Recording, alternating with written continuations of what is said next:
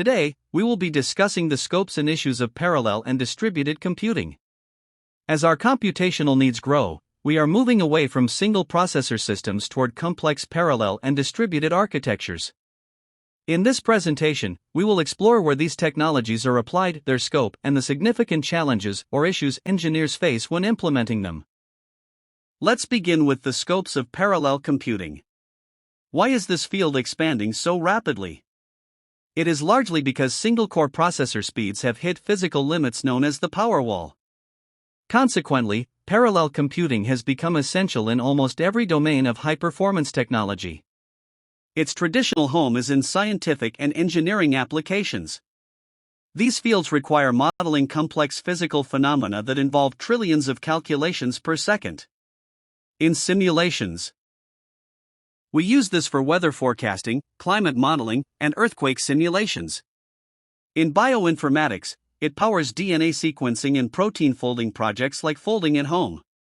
In physics, it is used for computational fluid dynamics to study aerodynamics for cars and planes. Moving on to modern applications, parallel computing is the engine behind data science and artificial intelligence.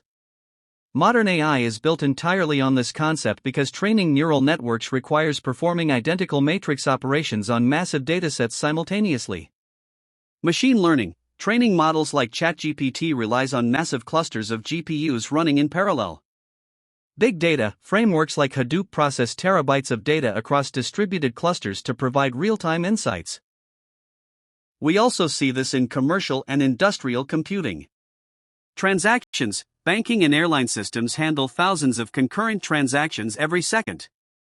Blockchain, cryptocurrency mining relies entirely on parallel processing to solve cryptographic puzzles. However, despite this power, parallel computing is difficult to implement efficiently. The challenges generally fall into hardware limitations and software complexities. First, let's look at algorithmic limitations, often called the speedup ceiling. A common misconception is that simply adding more processors guarantees a linear increase in speed. This is disproven by Amdahl's law, which states that the speedup of a program is limited by the sequential portion of the code that cannot be parallelized.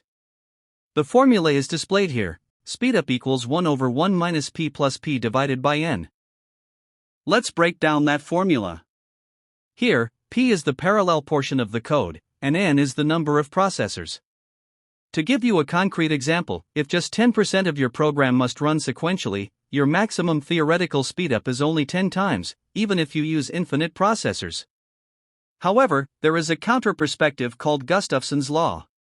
This law argues that if you increase the problem size or workload along with the number of processors, you can still achieve significant speedups.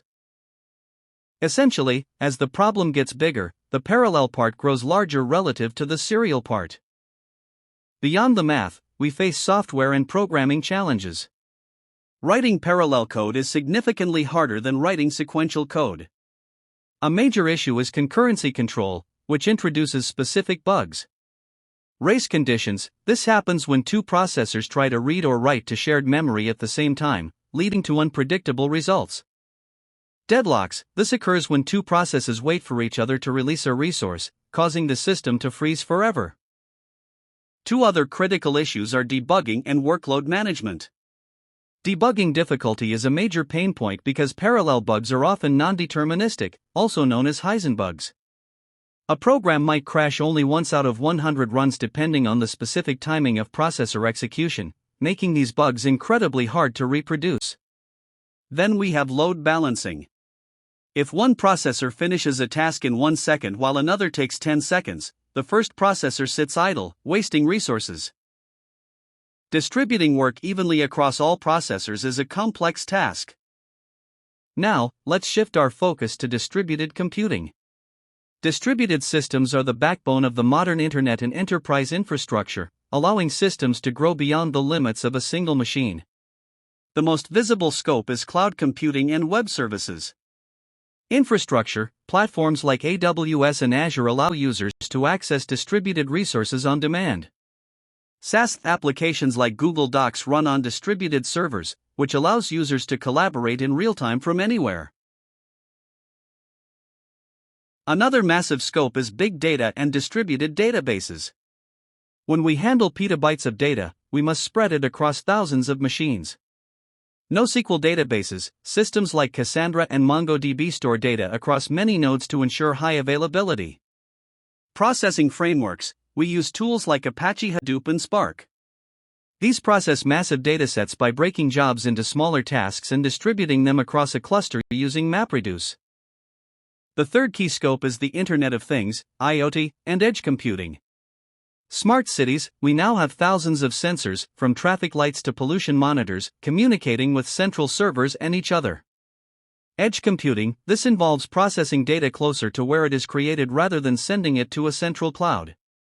An example is a self-driving car processing video locally to reduce latency.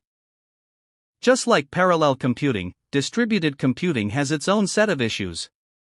These systems are inherently more complex because the components are independent and the network is unreliable. A major challenge is partial failure and fault tolerance. In a centralized system, if the computer fails, everything stops. But in a distributed system, one part can fail while others continue, known as partial failure. Detection. It is difficult to distinguish between a node that has crashed and a slow network connection. Recovery, the system must be capable of rerouting tasks or replicating data automatically when a node dies. Another fundamental issue is consistency and the CAP theorem. Keeping data synchronized across multiple locations is difficult. The CAP theorem states that you can only pick two of the following three attributes. 1. Consistency, all nodes see the same data at the same time. 2. Availability, every request gets a response, even if some nodes are down. 3. Partition tolerance, the system works even if the network is cut. The challenge is that you often have to trade strict consistency for high availability. For example, a like on social media might not show up instantly for everyone. Finally, we face the issue of heterogeneity. Distributed systems often connect different types of hardware and software. You might need a system that links a supercomputer, a smartphone, and a Windows server all together. To manage this, developers rely on middleware like Corba or gRPC to translate between these different systems, which adds significant complexity to the development process.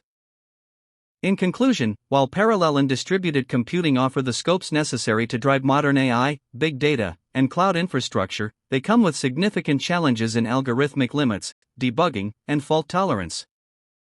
Thank you.